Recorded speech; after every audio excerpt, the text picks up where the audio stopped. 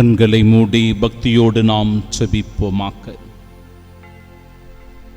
அன்பின் இறைவா, இந்த நாளில் உம்மை போற்றி புகழ்ந்து துதித்து ஆராதனை செய்து நம்பிக்கையோடு அடியெடுத்து வைக்கிறோம்.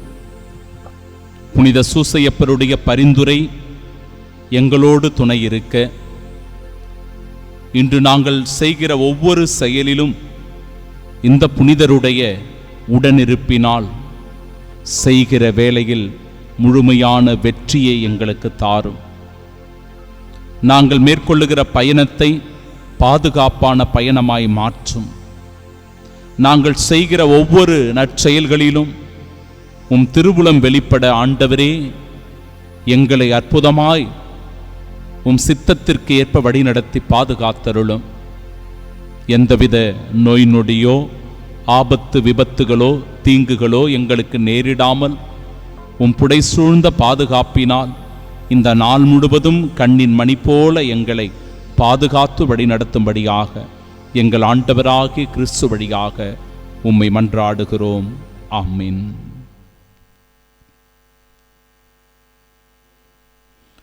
அவர் இறந்தோரின் கடவுள் அல்ல, வாழ்வோரின் கடவுள்.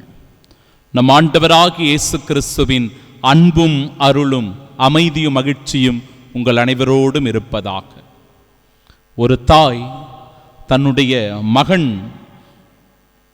இறந்த பிறகு மிகவும் உடைந்து போனார். அவரிடத்தில் ஆறுதல் சொல்லுவதற்கு பல பேர் வந்து ஒவ்வொரு விதமாக சொன்னார்கள். ஆனாலும் அவர் மனம் அதை ஏற்றுக்கொள்ளவில்லை. இறுதியாக திருப்பலிக்கு சென்று திருப்பலியை ஒப்புக்கொடுத்து தன் மகனுக்காக ஜெபித்துவிட்டு பங்குத்தந்தையிடம் சென்று ஆசீர்வாதத்தை வாங்குவதற்காக போகிறார். அப்பொழுது பங்குத்தந்தையும் அந்த தாய்க்கு ஆறுதல் சொல்லி அவரை தேற்றி, அம்மா, உம் மகன் அவன் போய்விட்டான், கவலைப்படாதீர்கள், அவன் முன்னே சென்றிருக்கிறான், அவ்வளவுதான், நாம் எல்லோரும் அவனை பின்தொடரப் போகிறோம் என்று சொல்லி அந்த தாயை ஒரு விதமாய் தேற்றினார், ஆறுதல் சொல்லினார்.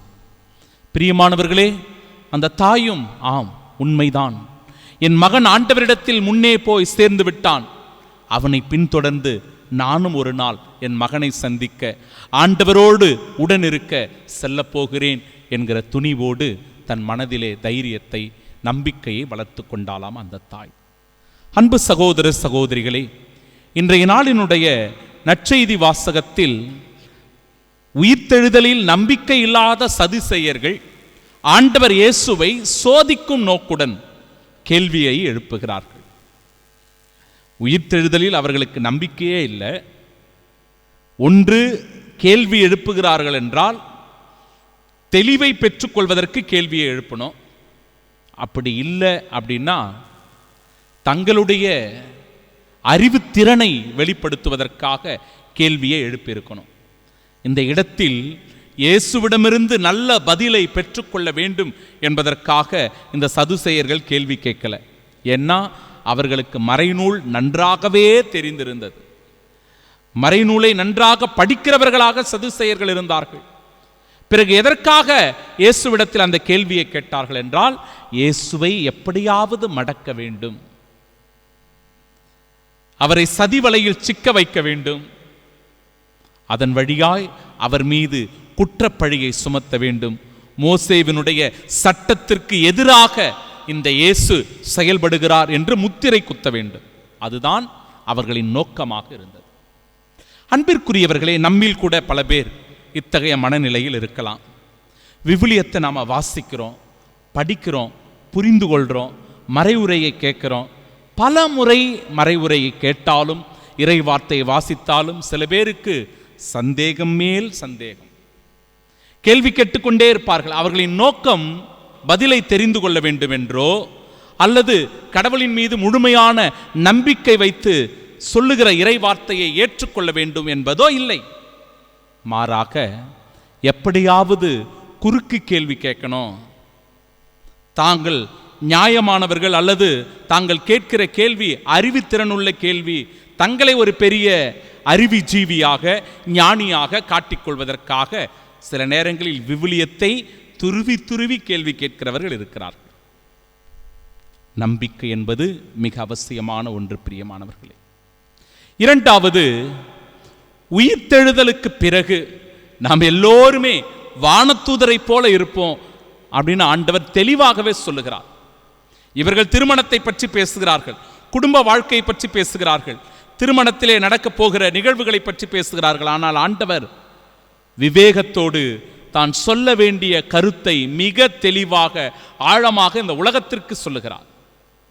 உயிர்த்தெழுந்த பிறகு நாம் எல்லோரும் அங்கு இடத்திலே திருமணத்தை பற்றியோ குடும்பத்தை பற்றியோ விவாதித்து கொண்டிருக்க போவதில்லை, தேடிக்கொண்டிருக்க போவதில்லை. மாறாக நாம் எல்லோரும் மாட்சிமை பொருந்திய உடலை பெற்று வானதூதரை போல அழியா உடலை பெற்றிருக்கிறவர்களாய், ஆண்டவருடைய பேரின்பத்தில் வீற்றிருக்கிறவர்களாய், ஆண்டவரை முகமுகமாய் தரிசிக்கிறவர்களாய், அவரை எப்பொழுதும் போற்றி புகழ்ந்து துதித்து ஆராதனை செய்யக்கூடியவர்களாய் இருக்க போகிறோம். அந்த பாக்கியம் நமக்கு கிடைக்கப் போகிறது. இந்த மறை உண்மையை ஆண்டவர் இன்றைய நாடினுடைய நற்செய்தியில் அவர் வெளிப்படுத்தி சொல்லுகிறார். பிறகு மூன்றாவது சிந்தனையாக, நம் கடவுள் இறந்தோரின் கடவுள் அல்ல, மாறாக வாழ்வோரின் கடவுள். அதை இன்னும் ஆழமாக தெளிவாக எடுத்து சொல்லி, ஆபிரகாமின் கடவுள், ஈசாக்கின் கடவுள், யாக்கோபின் கடவுள் அப்படின்னா தலைமுறை தலைமுறையாக ஒவ்வொருவருக்கும் ஆண்டவர் தன்னை வெளிப்படுத்துகிறார். இருக்கிறவராக இருக்கிறவர் நாமே என்பதுதான் அந்த வெளிப்பாடு. அப்படி என்றால் ஆண்டவர் எப்பொழுதும் இருக்கிறார், கடவுள் தாமாகவே இருக்கிறார். இதை நாம ஒரு விசுவாசமாக அறிக்கையிடுறோம். அவரை யாரும் உருவாக்கவில்லை, அவருக்கு தொடக்கமும் இல்லை முடிவும் இல்லை, எப்பொழுதும் இருக்கிறார், எங்கும் வியாபித்திருக்கிறார், எல்லாவற்றிற்கும் ஆதி காரணமாக இருக்கிறார். அப்படி என்றால் நம் கடவுளுக்கு மரணம் இல்லை, மாறாக அவர் வாழ்வோரின் கடவுள். இந்த மரணம் எல்லாம் ஒரு விதமான இந்த உலக வாழ்வின் முடிவு மட்டுமே. இதனையே மக்கபேயர் புத்தகம் தெளிவாக சொல்லுகிறது. பழைய ஏற்பாட்டில் உயிர்த்தெழுதலை பற்றிய அதிகமான குறிப்புகள் இல்லை. அதனால தான் சியோல் என்கிற வார்த்தை பயன்படுத்தப்படுகிறது. அதாவது இந்த திருப்பாடலில் பயன்படுத்தப்படுகிற அந்த சியோல் என்கிற வார்த்தை நம்முடைய உடலானது இறந்த பிறகு பாதாள படுகுழிக்குள் தள்ளப்படுகிறது, அதோட நம்முடைய வாழ்க்கையை முடிஞ்சிடுது அப்படின்னு அர்த்தம். மாறாக 2 மக்கபேயர் புத்தகம் 7வது அதிகாரம் 9வது இறைவார்த்தையும் 14வது இறைவார்த்தையும் தெளிவுபடுத்துகிறது. இறந்தோர் உயிர் தெழுவார்கள். யூதா 6 கிலோ வெள்ளி திரட்டி அவர்களுக்காக பாவம் போக்கும் பலியை ஒப்பு கொடுத்தார். பாவம் போக்கும் பலியை அவர் ஒப்பு கொடுத்திருக்கிறார் என்றால் இதன் வழியாக நாம் ஒவ்வொருவரும் மீட்பு பெறப்போகிறோம். உயிர்த்தெழுதலில் நம்பிக்கையுடைய நமக்கு நிலைவாழ்வு உண்டு என்கிற உறுதியை தருகிறது இன்றைய நாளினுடைய நற்செய்தி வாசகம். ஆம், அன்பிற்கு பிரியமுள்ள சகோதர சகோதரிகளே, அதையே இன்றைய நாளினுடைய முதல் வாசகம் கூட, கடவுள் நமக்கு கோழை உள்ளத்தினை அல்ல, வல்லமையும் அன்பும் கட்டுப்பாடும் கொண்ட உள்ளத்தையே அவர் வழங்கியுள்ளார். நம்முடைய உள்ளத்தில் அன்பு உண்டு, வல்லமை உண்டு, கட்டுப்பாடு உண்டு. கடவுளை பின்பற்றி செல்லுகிற நாம் ஒவ்வொருவரும் உயிர்ப்புக்கு சாட்சிகளாய் வாழ வரம் வேண்டி செபிப்போம். ஆமீன்.